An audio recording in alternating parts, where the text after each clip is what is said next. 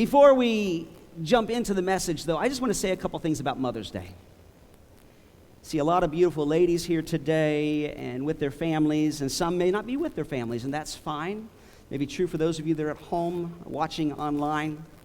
But I know that Mother's Day, we often think of as a joyful time, but it isn't always joyful for everybody. Mother's Day can be joyful, but it can be painful, and sometimes it can be both. Sometimes there can be a struggle. There was something I came across years ago that I just so love because it expresses my heart, and I believe it expresses the heart of our church family, that I like to read it every year at Mother's Day.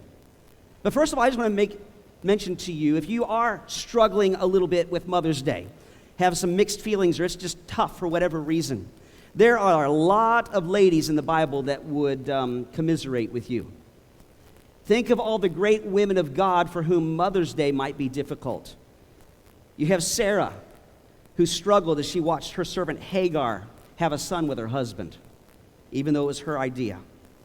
You have Rachel, who desperately loved her husband Jacob, but he's having all kinds of babies with her sister Leah, who was also his wife. And Rachel can't have children at that time. We see Tamar, the daughter-in-law of Judah, who had two husbands that died and wondering if she would ever have children.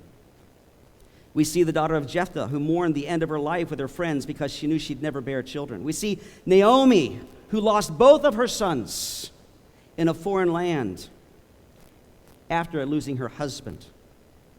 We see Hannah, who dealt with Peninnah, who was her husband's other wife. That's a whole other issue. We're not going to dig into that. You don't need to have more than one wife, guys, just so you know. But she also were able to have children, and Hannah could have none. She prayed through and got Samuel, but it was tough. We see David's wife, Michal, because of some poor choices she made, God basically disciplined her and said, you'll never have children. And then we see Elizabeth, who suffered many years, never able to have a child with Zechariah. But then God came through long before it was possible, and they had John the Baptist. So there are many women in the Bible that can commiserate with those of you for whom Mother's Day may be a mixed blessing. But Romans 12:15 says, rejoice with those who rejoice and weep with those who weep. So this is what I like to state. To those of you who gave birth this year to a child, we celebrate with you. To those who lost a child this year, we mourn with you. To those who are in the trenches with little ones every day and wear the badge of food stains, we appreciate you. To those who experience loss through miscarriage, failed adoptions, or running away, we mourn with you.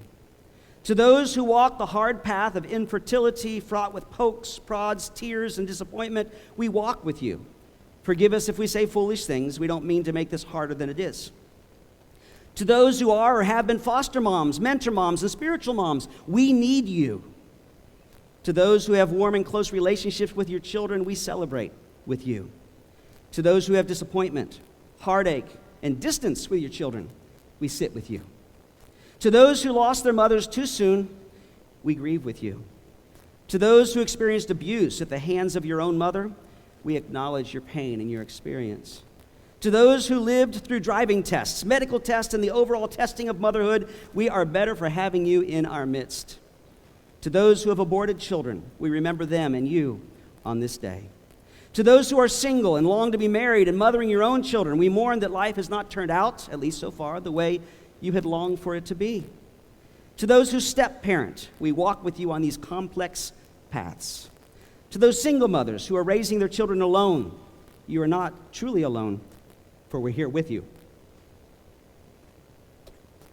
To those who envision lavishing love on grandchildren, yet that dream is not to be, we grieve with you. To those who have emptier nests in the upcoming year, we grieve and rejoice with you. To those who place children up for adoption, we commend you for your selflessness and remember how you hold that child in your heart. And to those who are pregnant with new life, both expecting and surprising, we anticipate with you. This Mother's Day, we walk with you. Mothering is not for the faint of heart, and we have real warriors in our midst. We remember you. So happy Mother's Day.